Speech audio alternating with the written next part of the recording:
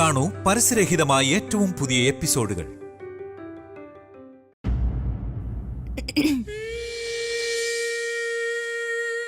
Sorry, കുറച്ച് ലേറ്റായി. It's okay.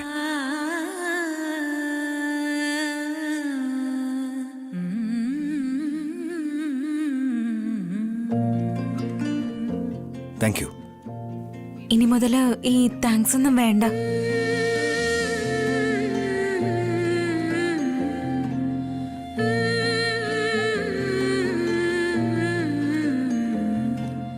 അതെന്താ പറഞ്ഞെന്ന് വെച്ചാ, ഞാൻ എന്നും നിങ്ങൾക്ക് വേണ്ടി എന്തെങ്കിലും ഒരു ജോലി ചെയ്തുകൊണ്ടല്ലേ ഇരിക്കുന്നെ.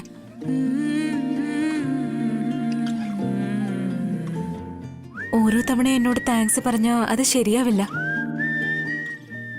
അതുകൊണ്ട് നോർമലായിട്ട് തന്നെ ഇരിക്കാം.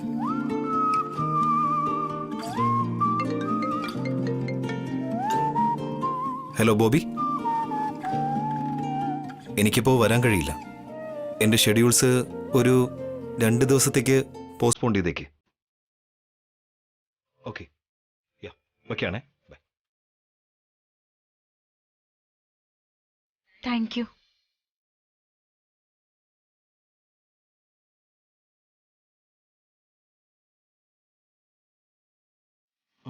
എന്തിന്?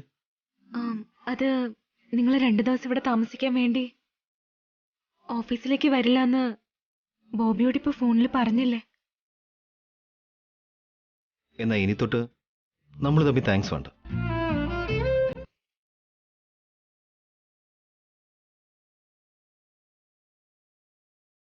എന്താണെന്ന് വെച്ചാ, ഞാനും എല്ലാ ദിവസവും തനിക്ക് വേണ്ടി എന്തെങ്കിലുമൊക്കെ ചെയ്യേണ്ടതാ. ഓരോ തവണയും താൻ എനിക്ക് താങ്ക്സ് പറയുന്നത് നല്ലതല്ല.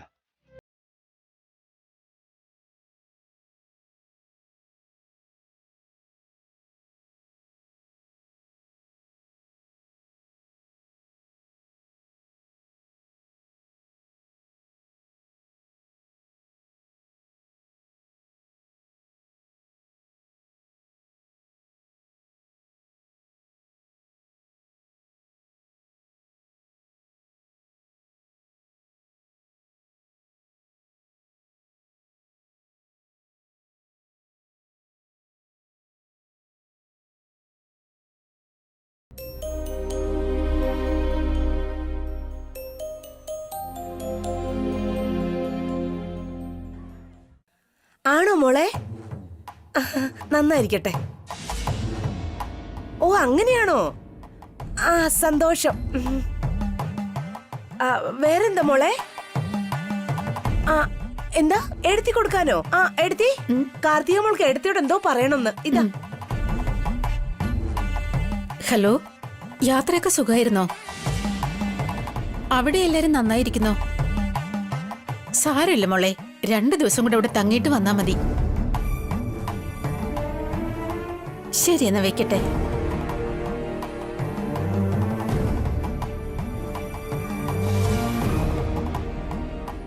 എന്തായാലും കാർത്തിക തന്നെ എടുത്തി. ഈ കാലത്ത് ഇതുപോലൊരു മരുമോളെ ഞാൻ എവിടെയും കണ്ടിട്ടില്ല എടുത്തി. എന്താ മര്യാദ, എന്തൊരടക്കം, എന്തൊരു ബഹുമാനം. വീട്ടിൽ ചെന്ന് കേറി ഉടനെ ഫോൺ ചെയ്തു. വേറെ ചിലരുണ്ട്, ജീവനോടുണ്ടോന്ന് പോലും തിരക്കില്ല. അവർക്കതൊക്കെ തിരക്കേണ്ട ആവശ്യം എന്താ? കണ്ണ് മുകളിലേക്ക് പോയ കാഴ്ച മുകളിലേക്ക് തന്നെ ആയിരിക്കും, താഴേക്കല്ലല്ലോ.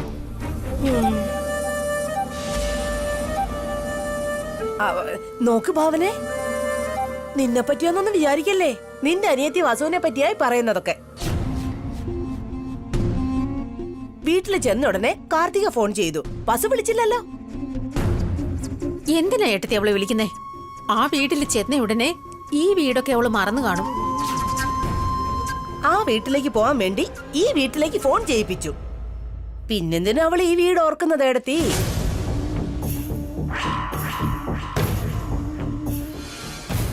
ഞാൻ ദേഷ്യത്തിലിരിക്കുകയാണെന്ന് അറിഞ്ഞിട്ട് പോലും അവള് പോയില്ലേ? ഭാവന പറഞ്ഞതുകൊണ്ടാ അവളെ ഞാൻ വെറുതെ വിട്ടത്. ഇല്ലായിരുന്നെങ്കിൽ അവരെന്ത് തീരുമാനിച്ചാലും ശരി, വസുവിനെ ഞാൻ വിടില്ലായിരുന്നു. എന്നാലും ഭാവനെ, നീ എന്തിനാ മോളെ എല്ലാ കാര്യത്തിലും അവക്ക് വേണ്ടി വക്കാലത്ത് പിടിക്കുന്നത്. അവള് നിന്നെ പോലെയെന്ന് വിചാരിച്ചോ? അവള് നിന്നേക്കാളും വലിയവളാ. അതാ നിനക്ക് മനസ്സിലാവാത്തത്. നിന്നെ അവളുടെ സൈഡിലാക്കിയിട്ട് നിന്റെ അമ്മയെ ഒരു വഴിക്കാക്കാൻ അവള് നോക്കുന്നത്.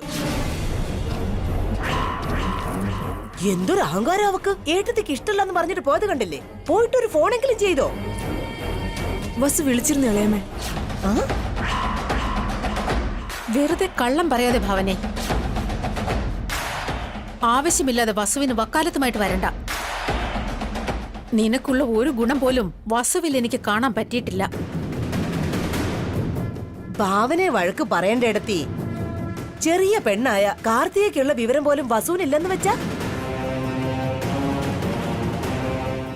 ഏട്ടനെ എടുത്തിയും പറഞ്ഞതുകൊണ്ടാ കാർത്തിക് അവനെയും കൂട്ടി അവളുടെ വീട്ടിലേക്ക് പോയത്. പക്ഷേ വസു മനഃപൂർവ്വം ഫോൺ ചെയ്യിപ്പിച്ചിട്ട് അങ്ങോട്ട് പോയതാ. നോക്കിക്കോ, എന്തെങ്കിലുമൊക്കെ കാരണം പറഞ്ഞ് ഒരാഴ്ച അവിടെ നിൽക്കും. അതൊക്കെ കഴിഞ്ഞിട്ടേ ഇങ്ങോട്ട് വരും.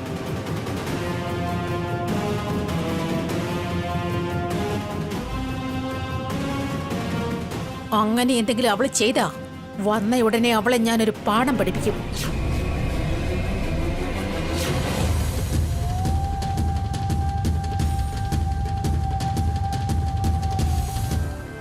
ഇതുപോലെ കേൾക്കാനാണ് എടുത്തി ഞാൻ കാത്തിരുന്നത്.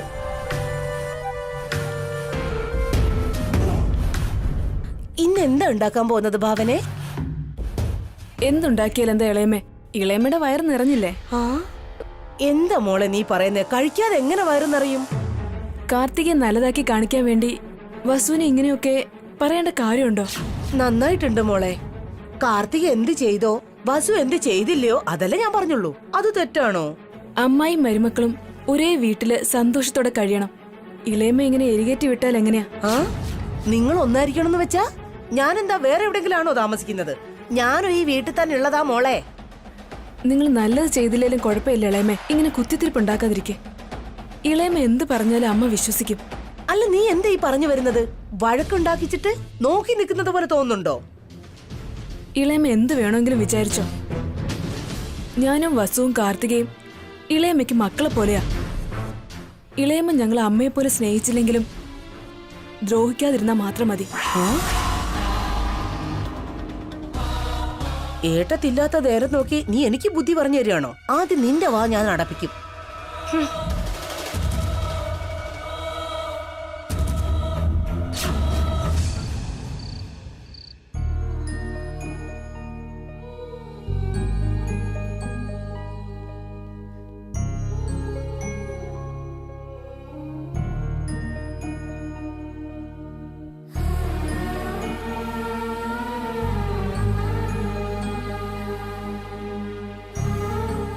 ഉണ്ണി,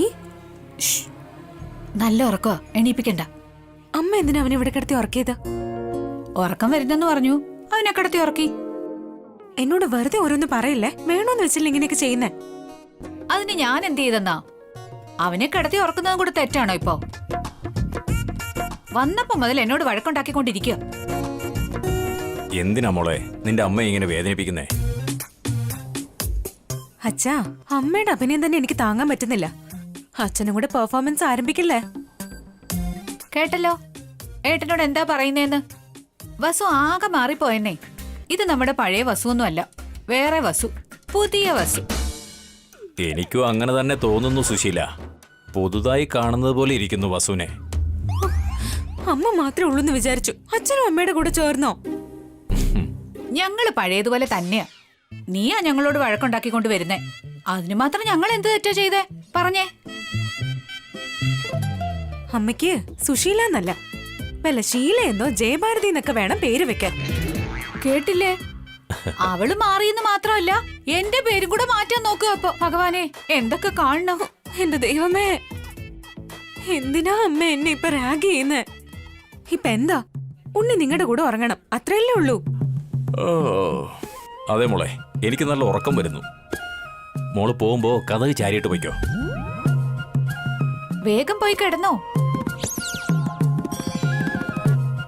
രണ്ടുപേരും നല്ലപോലെ ആലോചിച്ച് പ്ലാൻ ചെയ്ത് ചെയ്യല്ലേ. നിങ്ങൾ ഇനി എന്തൊക്കെ ചെയ്താലും നിങ്ങൾ ആഗ്രഹിക്കുന്ന ഒന്നും നടക്കാൻ പോകുന്നില്ല. എന്തൊക്കെയോ ആലോചിച്ചു കൂട്ടോ രണ്ടാളും. അതെല്ലാം വെറുതെയാ. ആദ്യം നീ പോ വസു. അഭി നിന്നെ കാത്തിരിക്കുക അവിടെ. എത്ര ദിവസം അമ്മ ഇങ്ങനെ കാണിക്കുമെന്ന് ഞാനും നോക്കട്ടെ. എന്നെ കുറിച്ച് നിങ്ങൾക്ക് അറിയില്ല. എന്താ മോളെ, ഞങ്ങൾക്ക് ഉറക്കം വരുന്നെന്ന് പറഞ്ഞപ്പോ നീ എന്തൊക്കെയാ ഈ പറയുന്നേ? കാണിച്ചു തരാം അച്ഛാ. അച്ഛനെ ഞാൻ പിന്നെ കാണിച്ചു തരാം. എനിക്ക് ഒരു സമയം വരും, അപ്പൊ ഞാൻ കാണിച്ചു തരാം.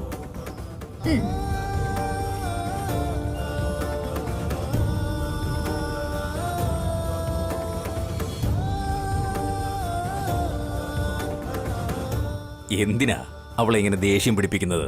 പിന്നെ എന്ത് ചെയ്യും?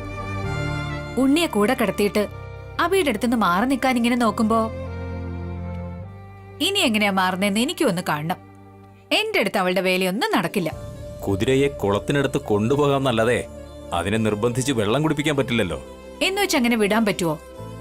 അവളെ കല്യാണം കഴിപ്പിച്ചത് തന്നെ അമ്മയായിട്ട് മാത്രം ഇരിക്കാനൊന്നും അല്ല, ഒരു ഭാര്യയായും കൂടി ഇരിക്കാൻ വേണ്ടിയാ. ഭഗവാന്റെ കാരുണ്യം കൊണ്ട് ഈ കല്യാണം നടന്നു. ചെടി നട്ടവൻ ഉറപ്പായും വെള്ളം ഒഴിക്കും. ഏട്ടൻ കിടന്നോളൂ.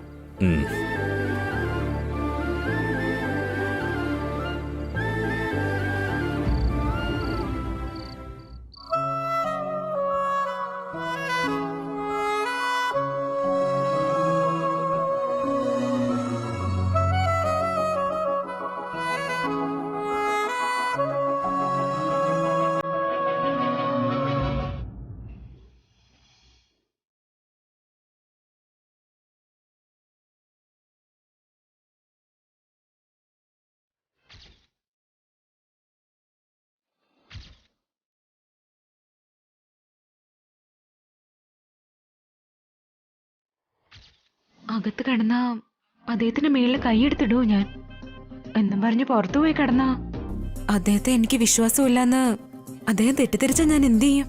ഇനിയിപ്പോ എന്താ ചെയ്യാ?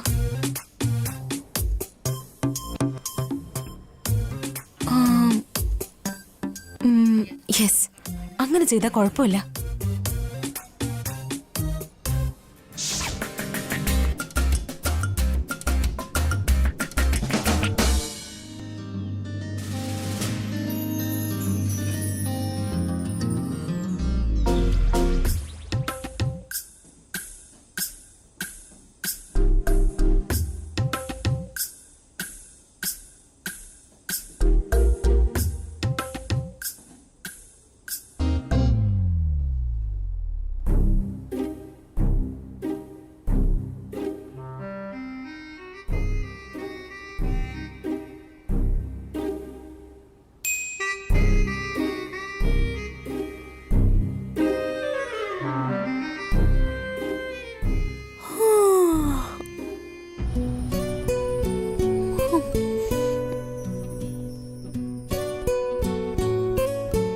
എന്തുപറ്റി?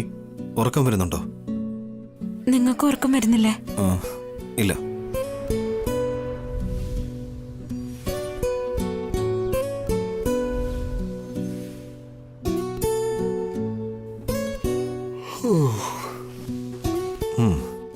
സമയായി. എന്തിന്? എനിക്ക് ഉറക്കം വരുന്നു. ഇനി ഒരു പ്രശ്നം ഉണ്ടാവില്ല.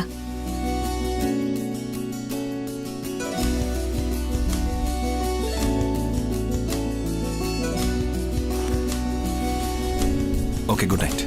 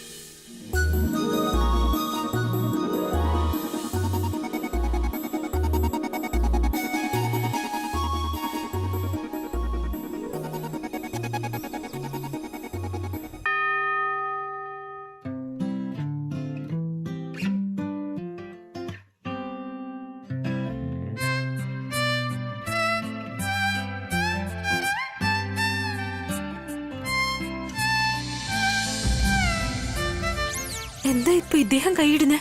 എന്നെ പോലെ ഇദ്ദേഹത്തിനും കുഞ്ഞുങ്ങളെ കെട്ടിപ്പിടിച്ചുറങ്ങുന്ന സ്വഭാവം ഉണ്ടായിരിക്കും.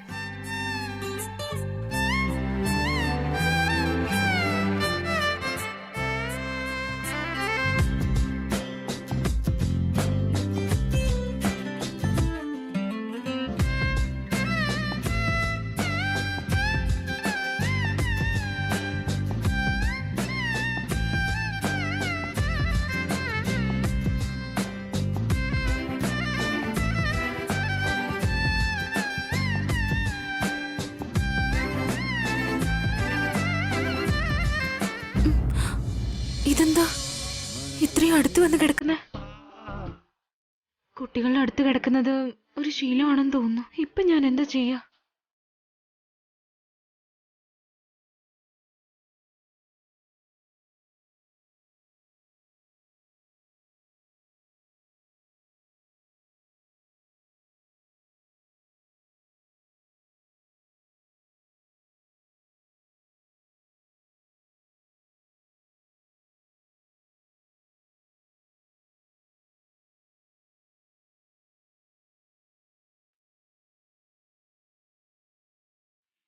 ഇനിയും ഇങ്ങോട്ട് തിരിഞ്ഞ് കയ്യും കാലും ഒക്കെ എടുത്തിട്ടാ എന്ത് ചെയ്യും? താഴെ പോയി കിടക്കുന്നതാ നല്ലത്.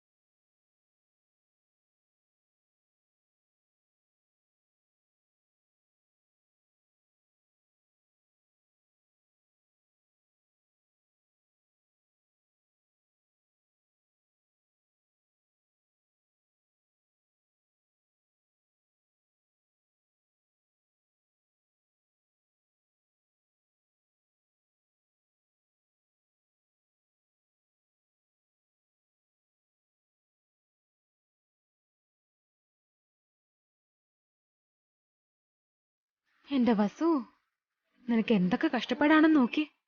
എല്ലാ അച്ഛനും അമ്മയും കാരണോ? എന്നിട്ട് അവരവിടെ സമാധാനമായിട്ട് ഉറങ്ങുവോ?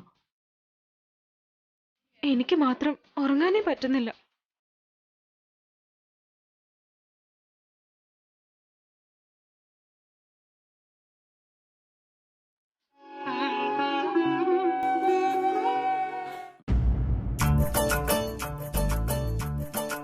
പെട്ടെന്ന് വാ അഖിൽ. എങ്ങനെയാണ് പെട്ടെന്ന് വരുന്നേ? ലഗേജ് മൊത്തം എന്നെ ഏൽപ്പിച്ചിട്ടും നീ കൂളായിട്ട് അങ്ങ് പോവാ അല്ലേ? ഇതൊക്കെ എടുത്തോണ്ടിരുന്ന എനിക്ക് അറിയാം പാടെന്താന്ന്. വേറെ വഴിയില്ലാത്തത് കൊണ്ടല്ലേ.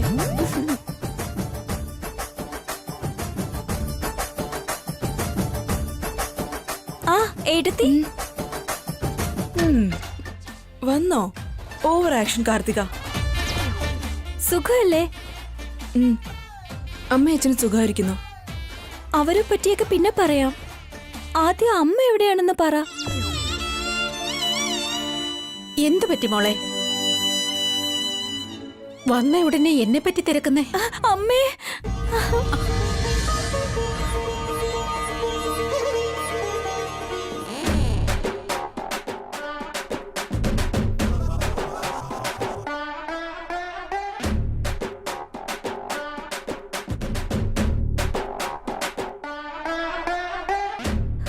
എന്താ മോളെ, എന്തിനാ ഇപ്പൊ കരയുന്നേ? അഖിൽ, കാർത്തികേ നീ എന്തെങ്കിലും പറഞ്ഞോ?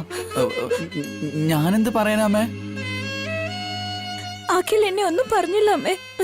അത് പിന്നെ അമ്മയെ 2 ദിവസമായിട്ട് കാണാത്തതുകൊണ്ട് എനിക്ക് നല്ല വിഷമം ഉണ്ടായിരുന്നു. അതാ അമ്മയെ കണ്ട ഉടനെ കരച്ചിൽ വന്നത്. എന്തൊരു അഭിനയോ ഈ കള്ളി. കാർത്തിക ഉണ്ണിയും കടത്തി വെട്ടി. എന്തിനാ മോളെ? എന്താണെന്ന് അറിയില്ല. എന്റെ വീട്ടിലേക്ക് പോയപ്പോഴും അമ്മയെ ഓർമ്മ വന്നോണ്ടിരുന്നെ. എത്ര തവണ ഞാൻ അമ്മയെ കുറിച്ച് ചോദിച്ചെന്നറിയോ? അഖിലിനോട് ചോദിക്ക്. ഒരു തവണ പോലും നീ ചോദിച്ചില്ലല്ലോടി. ഒരു 2 ദിവസം കൂടി അവിടെ താമസിച്ചിട്ട് വന്നാ പോരായിരുന്നു മോളെ. ഇനിയും 2 ദിവസം കൂടിയോ? അതിലും കാലം നല്ലത് എന്നെ കൊന്നുകളയുന്നതാ. എന്തൊക്കെയായി പറയുന്നേ? പിന്നെ എന്ത് പറയാനാ അമ്മേ? അവിടെ ഉണ്ടായിരുന്ന 2 ദിവസം നരകത്തിലുള്ളതുപോലെ തോന്നിയത്.